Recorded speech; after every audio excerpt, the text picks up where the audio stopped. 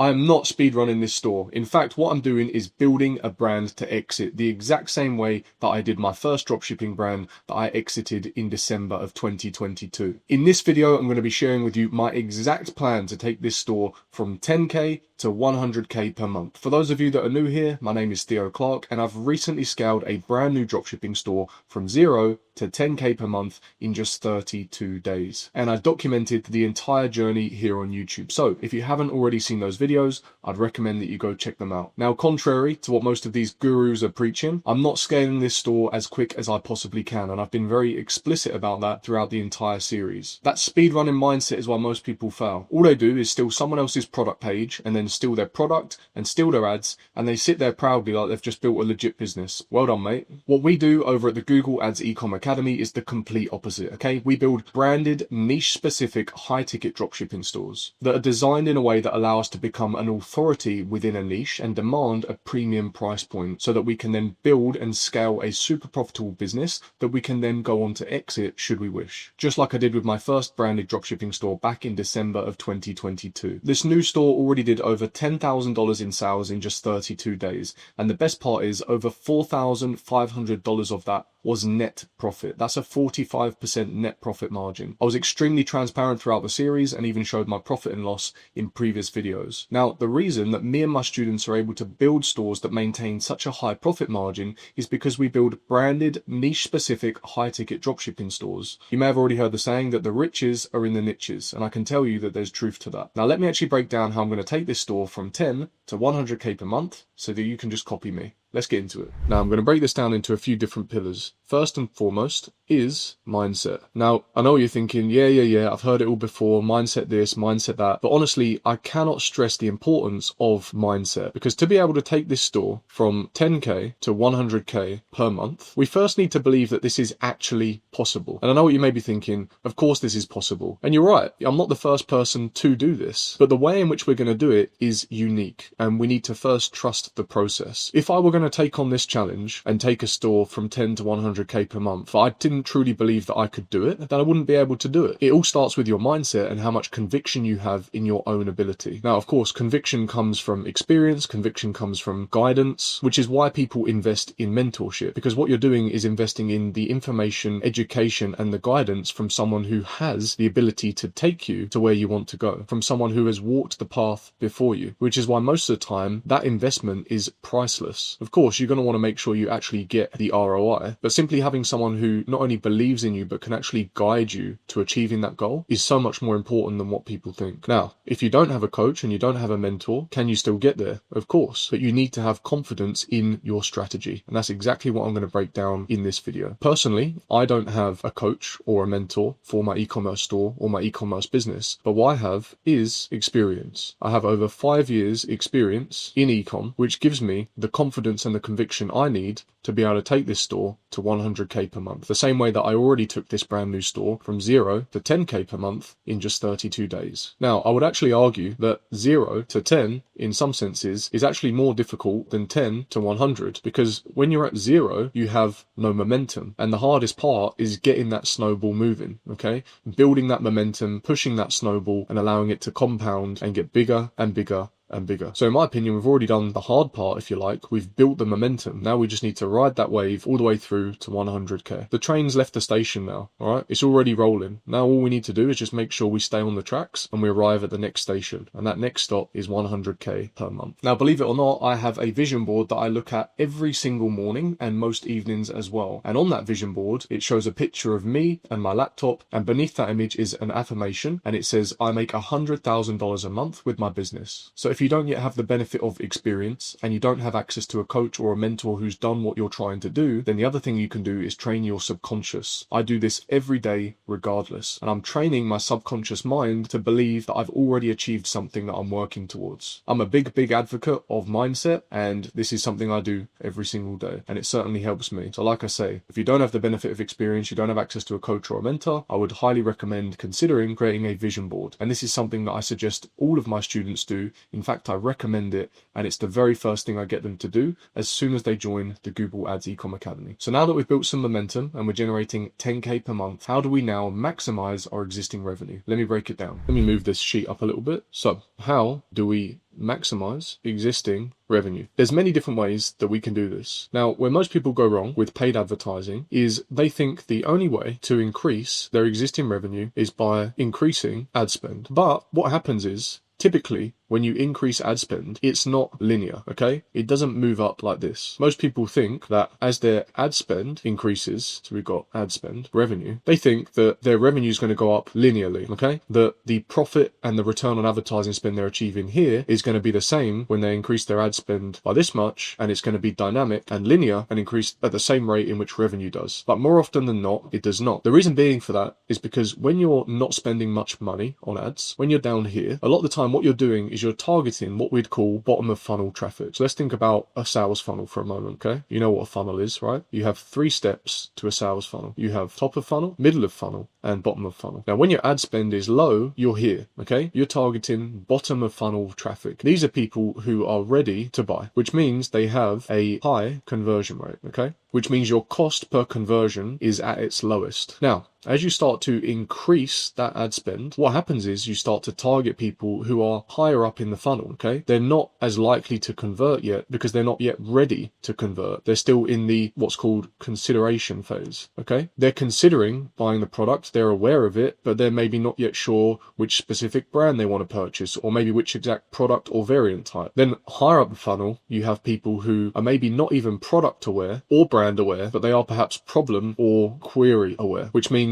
these are likely the people who are suffering with an existing problem or want to know how to solve something, and yet they do not know how. So for example, it could be someone who is on Google saying, how can I best lose weight? Now, when they've put in that search, they don't yet know the best way to go about it. So now, after that search, they've been shown loads of different options, where some might say the best way to lose weight is by changing your diet. Someone else might say it's by going to the gym. Another person might say, I've done it by buying a treadmill and walking every morning at home. Or someone else might say, I'm using this supplement stack and it's helped me cut weight. So these are all the different things that they are considering. We would then take them from the consideration phase towards the bottom of the funnel in order to then buy our product. So let me relate this back to the chart. As you can imagine, there's only so many people who are already ready to buy, okay? Let's say of that example I just provided, maybe we're selling supplements, right? I don't sell supplements, nor would I advocate this business model. It's just purely an example. But let's say that we were selling supplements. There's only so many people at the bottom of the funnel ready to buy our supplement. And if we start by targeting those people, which is exactly how I would recommend, okay? When you're launching a new business, when you're launching a new store, you always want to start by targeting the bottom of funnel traffic because that's going to have the highest conversion rate. But the problem with bottom of funnel traffic is there's only so much of it. We call this TAM. You very quickly reach what is called your total addressable market because there's only so many people already looking for the product that you sell, i.e. the supplement. So sooner or later, you have to work your way back up the funnel to the middle of the funnel and the top of the funnel, which means typically what tends to happen is as you increase your ad spend and target people higher up the funnel, your ROAS starts to come down. Not necessarily drastically, but it can do because the people we're targeting have less intent, which means what happens is your cost per conversion goes up. So whilst you're increasing ad spend on the front end, your cost per acquisition is also going up, which means the revenue does not increase linearly, which is why you can't just keep increasing your budget forever, right? This is where a lot of people struggle when it comes to scaling. They think, I'm just going to keep increasing my budget and that's going to allow me to scale. Wrong. It's not. It will take you so far, but eventually you will hit your total addressable market, your cost per acquisition will go up, your ROAS will come down, and that's why most people at the end of the month are sitting on a net 15% profit margin. And this is the truth about most of those guys that are flexing a 100k per month screenshot. The truth be told, what they're actually achieving is a 15% net profit margin, which would actually be 15k in net profit. Still not bad, but we can do much, much better than that. And with this store, as I'm going to scale it to 100k per month, I'm confident that I can get at least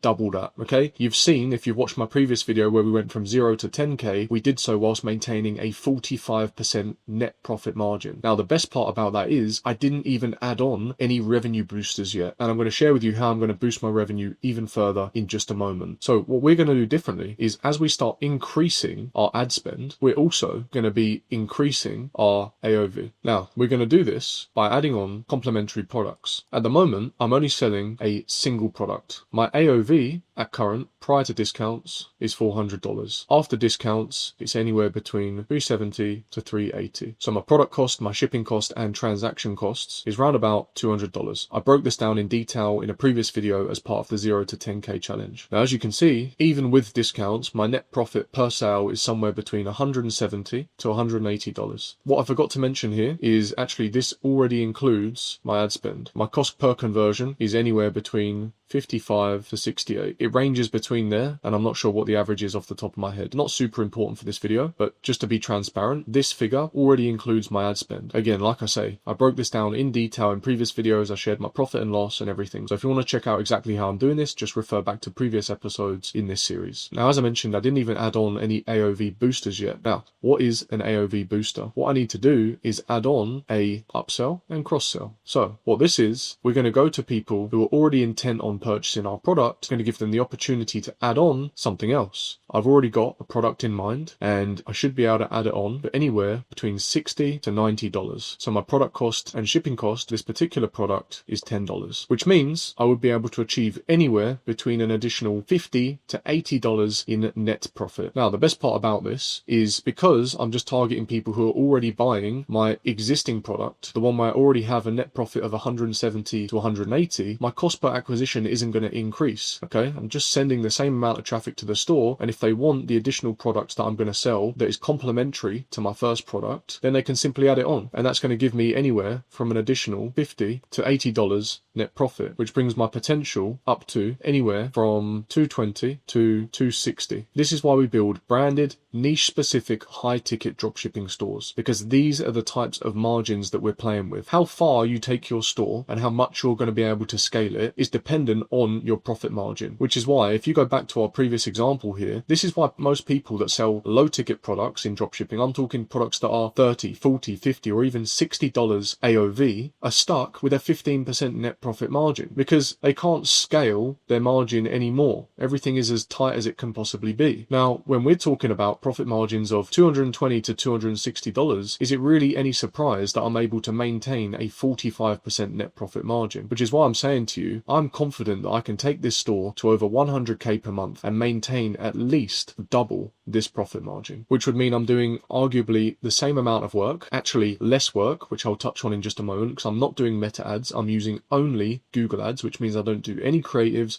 I don't do any creative refresh, no creative testing. I literally just sell products to people who are already on Google looking for them, which means I'm getting paid more to do less. That's the type of business that I like. And that's also the type of business that people are going to be interested in buying, which is how we're going to easily exit this business should we wish to do so. The other thing that most people do wrong is they only scale vertically, okay? And increasing your ad spend is an example of scaling vertically. You're scaling in that particular vertical. What people forget is to scale horizontally. They get stuck up in this cycle of just keep refreshing and testing new creatives and running them as far as they possibly can, which is why they're constantly chasing their tail testing, because they're afraid that eventually the creative's going to die out. And all that revenue that they've worked so hard to build, despite the tiny net profit margin left at the end of it, is going to eventually disappear. So what I'm going to do instead is build more safety, more security within my business, and I'm going to scale horizontally while scaling vertically. And I'll show you how right now. First and foremost, let me show you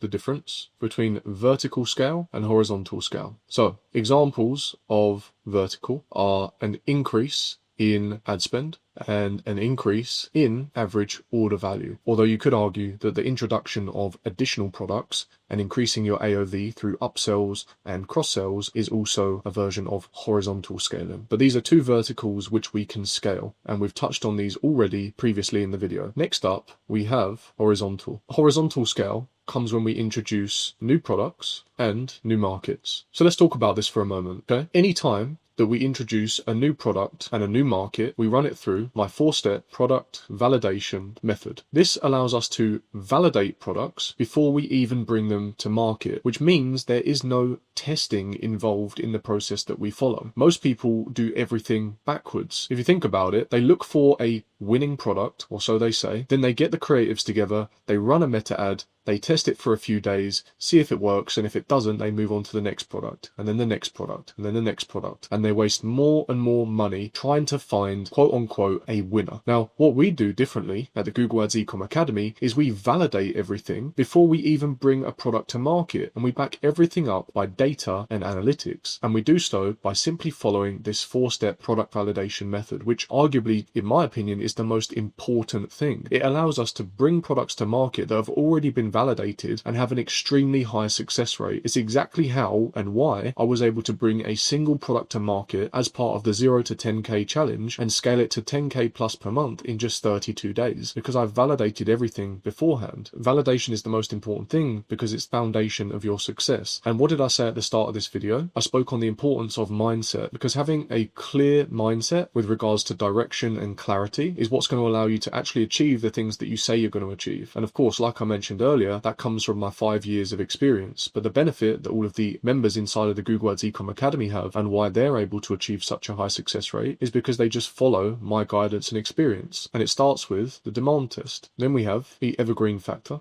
Then we have competition gap. And lastly, we have the profit multiplier. So let me break it down for you. First and foremost is the demand test. Now, as you may or may not know, I am a very big advocate of Google Ads. It's what I've been running for the past 5 years for my e-commerce stores, the stores of my clients, and also the stores of my students. The reason I like Google so much is because Google very kindly shows you and tells you how many people every single month are searching for a particular product that you either already sell or you want to sell, which means before I even bring a product to market, I can already see every single month how many people in that particular country are searching for the exact product that I intend on selling. And that is exactly where we start with our 4-step product validation method. We do the demand test. We want to see how many people every single month are searching for the exact product that we intend to bring to market. Once we've validated that and the demand is within our parameters, we then move on to the next step, which is the evergreen test. Once again, Google very kindly shows you, based on that monthly search demand, how those searches are trending over the past 5 years, 10 years, 20 years. Now, whilst it is fantastic catching a trend and it's possible to take that business very far, we're not using it for this. What we're truly using this data for is to determine whether or not the product we intend on selling or the niche we intend on entering is seasonal, which is why we call it the evergreen test. We want to sell products that are evergreen, things that we can sell year round. We don't want to put all of this effort to building a store to then find out that for 6 months of the year, people don't buy the products. Once we've validated that there is demand and that the product is evergreen, we then look into the competition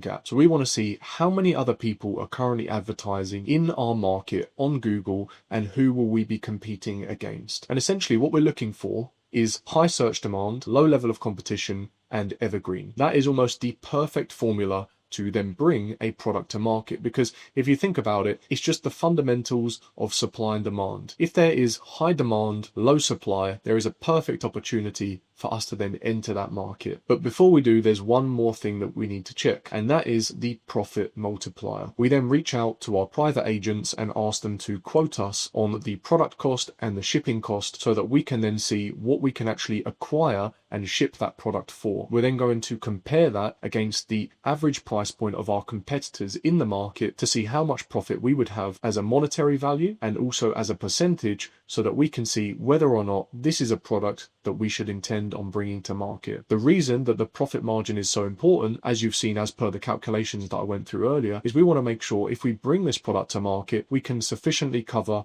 our product cost, our shipping cost, our payment processor costs, and of course our advertising cost. Provided that we can cover all of those costs and still have a sufficient margin left, then yes, we can proceed and bring that product to market. But what genuinely fascinates me is that most people skip this entire step. They do not even validate the product before bringing it to market. Instead, all they do is go to Meta Ad Library, keep scrolling until they find a product that they believe is going well, steal someone else's product, steal someone else's ads, steal their product page, and then launch it, which is exactly what I was getting at the start of this video. There are people actively teaching people how to essentially steal other people's e-commerce businesses, and they're doing it proudly on YouTube, recording videos and showing, look, this is me, look how I speed ran a store in 1 hour, I just basically stole someone else's business. It absolutely baffles me that people are not only doing this, but actually showing other people that they're doing this. The last thing I would be doing is sharing that on the internet. I would genuinely be embarrassed. If that's your business model and that's your approach, you do you. Personally, I despise it. I'm not an advocate of it and I will never get behind it. And truthfully, it just doesn't need to be that way. It gives dropshipping a bad name. All dropshipping is a fulfillment method. What we're really doing here is e-commerce, which means we're building businesses and selling products online. But honestly, it doesn't need to be that way, which is why I've created my 4-step product validation method so that me and my students can actually build a business that we're proud of, that's backed by our own research, our own data, our own analytics, and we can bring products to market with confidence, which is how we're able to completely eliminate this testing process. Now, the best part about the 4-step product validation method is it doesn't only allow us to validate products, but also markets. And this is important because it allows us to scale horizontally. So let me get back to the whiteboard and finish my breakdown. Now, to determine as to whether or not we should introduce a new product, we simply follow the 4-step product validation method. And we do the exact same when deciding whether or not to introduce the product to a particular market. By market, all I mean is a location or a country. So when doing the 4-step product validation method, we do it by product and we also do it by location. For example, our data points for each of these metrics are going to be different depending on the country that we're looking into. For example, we're going to have a certain amount of demand in the UK versus the US or versus an EU country. Most likely the US will always have the greatest demand because it simply has the greatest population, and we'd expect that demand to decrease as the size of the country or the size of the market also decreases. Similarly, each country has different variables that dictate whether or not a particular product is being searched for year round. For example, just following on from the theme of supplements like we did earlier, if we were selling vitamin D, it's very likely that vitamin D is going to be more popular throughout the winter months and the colder months where there's less sunlight. The level of competition is going to differ depending on the country and the market. And then lastly, as I mentioned, when calculating our profit multiplier, we're going to have a different shipping cost for each country and for each market. And also the average competitor price point is going to vary depending on the market because each market and each country has slightly different purchasing power. That's why it's very common to see the same product for sale at different prices in different countries. So we use this exact same process to determine whether or not a product is valid and to determine whether or not a market is valid. We may find that one particular product is validated within the US and the UK, but maybe not the EU. That's just a random example, but it's totally possible. In fact, it's actually quite likely that these metrics are going to differ depending on the market, and that's going to dictate as to whether or not we should introduce a particular product or introduce a particular market. In summary, my strategy to scale to 100k per month is just to scale horizontally and vertically at the same time. Now, not only am I confident in this strategy, but actually I have complete conviction in it. The question is not, will I get to 100k per month? It's when will I get to 100k per month? I cannot say exactly how long it will take, and to be honest, I don't care, okay? My goal is not to speed run this store and scale it as quick as possible. My goal is to just scale it consistently and enjoy the process. I'm going to continue to keep adding on new products and new markets at my own pace, and I'll continue to document the journey as I go, keeping you guys up to date. And I'm going to continue repeating that process until I hit 100k per month. Now, what I'd actually like to do is take this video right back to where we started and just summarize everything and speak on why I have the mindset that I have. So let's zoom out here and just summarize everything that we've been through. At the start, I spoke on the importance of mindset, and I said the first obstacle is truly knowing or believing that you can achieve something. Once you know you can achieve something, which comes from a combination of experience or guidance, if you do not yet have the experience, then I would recommend investing in information and education and getting the guidance from a coach or a mentor who has walked the path before you. Trust me, if you can afford to do so, you'll make this 10 times easier for yourself. Why continue to struggle to figure something out on your own if there's someone that's already done exactly what you want to do? And then you can just very simply use their experience to get ahead. Now, as I mentioned, I'm confident that I will hit 100k per month. In fact, confidence is not the best word. Conviction is the word I should use here. I have conviction I will hit 100k per month. And as I mentioned, this comes from clarity, okay? The reason I have conviction that I'm going to achieve it is because I already know exactly how I'm going to do it. In all honesty, it's just maths. Okay, I know that as I increase my ad spend and work my way back up the funnel, that's going to increase my cost per acquisition and therefore decrease my ROAS. So if I want to increase my revenue whilst also increasing or maintaining my ROAS, then I need to increase my profit margin. To increase my profit margin, I simply need to increase my average order value. To do that, I'm going to introduce upsells and cross-sells so that I can just get my existing customers to spend more. That way, my cost per acquisition, my cost per sale remains the same, but my average order value and therefore my net profit increases. Whilst increasing my net profit at the same time, I'm going to scale vertically with regards to the ad spend, and I'm also going to scale horizontally by introducing new products and new markets. I eliminate the testing phase by simply using my 4-step product validation method, which means I introduce products to markets that I know are going to work, because all we've done is followed our validation method and we've done our due diligence first to determine whether or not the product and the market is viable. At which point the question is not how do we get to 100k per month, it's how could we not get to 100k per month. It's extremely simple and straightforward when you have the information, the education and the clarity to give you the conviction in what you're doing. As I mentioned, my conviction simply comes from experience. If you're new to e-commerce, if you're new to dropshipping, and you do not yet have this level of conviction, you do not yet have this level of belief in your own ability, then you may want to consider joining my mentorship program. It's a complete A to Z, which shows you how to generate at least $10,000 in sales in 90 days or less, even if you have no prior experience. And we do this by building a niche specific branded high ticket dropshipping store. Absolutely everything is backed by data and analytics so that we eliminate any wasted spend for you on the front end. There's no testing. You're not going to be creating loads of images, loads of videos and running meta ads until you find something that sticks. Everything is planned out meticulously. We use data, we use analytics, we run everything through our 4-step product validation method, and we simply sell products that are in demand in markets that are underserved. So if you do want access to my blueprint, my guidance and my expertise, then see the link in the video description to learn more. If you click that link, you'll be able to see all of my existing results and testimonials, and you'll soon see that hitting that $10,000 in sales is actually much closer than you think. So that is all for this video. That is my plan to take this store to 100k per month. If you enjoyed this video, make sure you smash that like button, hit subscribe and drop a comment. I really appreciate it, and I will see you in the next video.